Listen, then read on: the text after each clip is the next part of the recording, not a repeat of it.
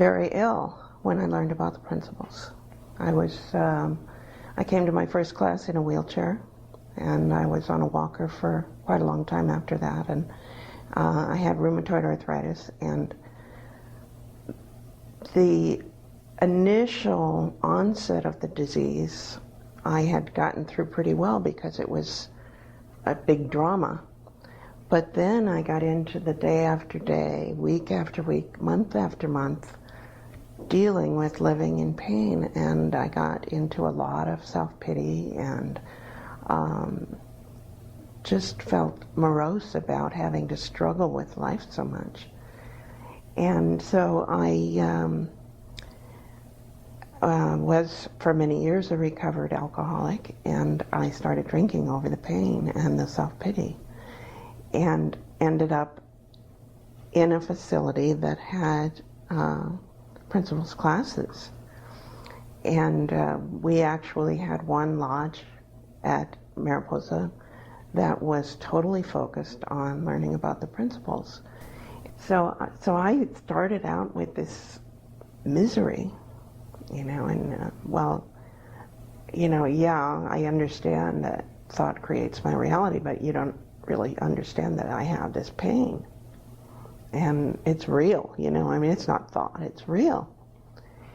And amazingly quickly, I started seeing that the pain message that my body was sending to my brain was one thing, and then there was all kinds of thought activity that was going on afterwards. I was, making meaning out of the pain. And that it really hadn't been the actual pain that changed from day to day. It had been the thought that was going on around it. So, probably 3 weeks into learning about the principles, I had a week where I was in pretty much a level of pain all week. And I saw, as the week progressed, that one day I'd been really miserable about it and kind of stuck to myself and wallowed in it and felt totally unhappy about how much my body hurt. And then the next day, my body hurt exactly the same, but I'd gotten involved in some laughter and joking with some of my housemates, and gotten some activities to do, and I'd actually had a pretty good day, and I was in pretty good spirits all day. And the pain hadn't changed. So I was like, okay, something different is going on here. And I really started getting some clarity that the physical things that were happening were like on 1 meter in the dashboard, and the spirit that I was experiencing, the level of well-being, was on a whole nother meter in the dashboard, and that they weren't really driving each other very much. I could be really down about having this disease on a day when I was actually not feeling all that bad.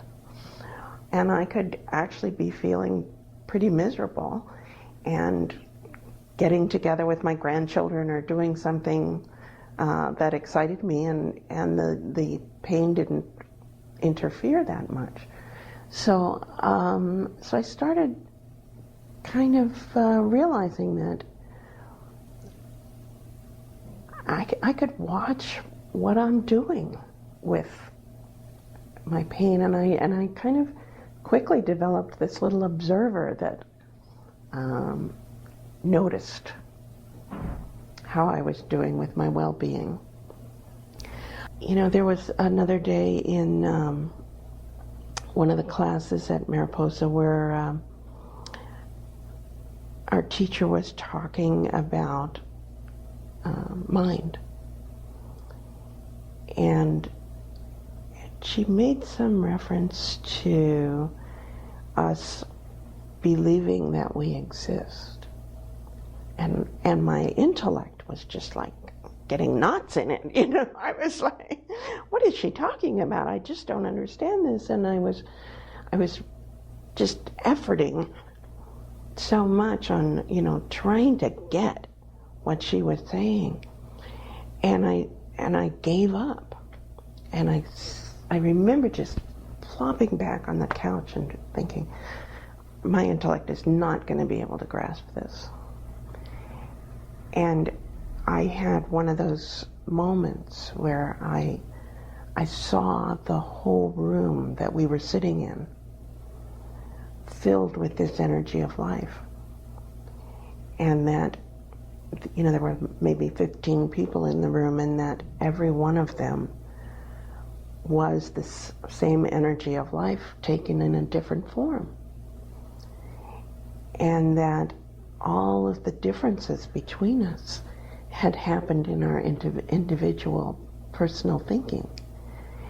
And we were all the same.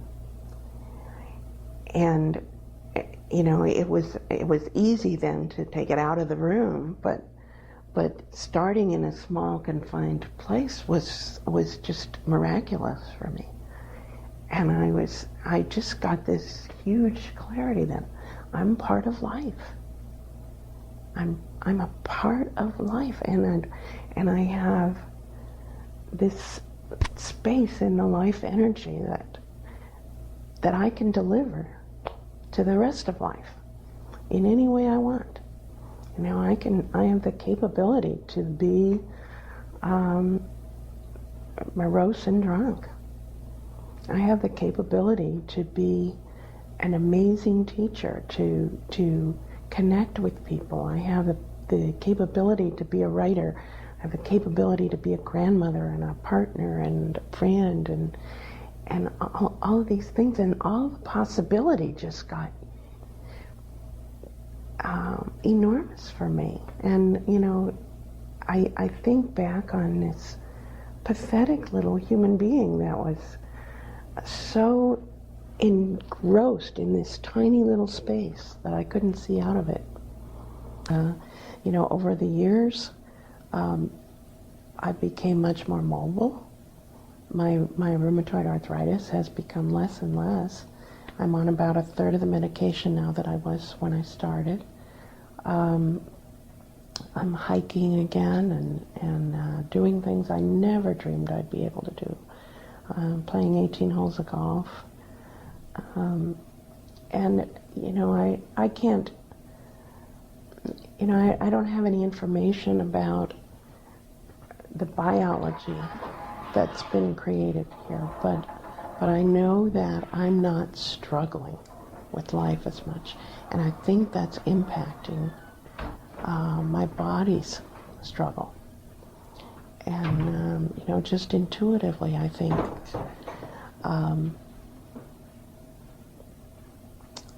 I have some residual effects of way too many years of living in that struggle. But I'm not creating it today. And, you know, it's the well-being that I live in is huge. You know, it's huge. It's always available to me.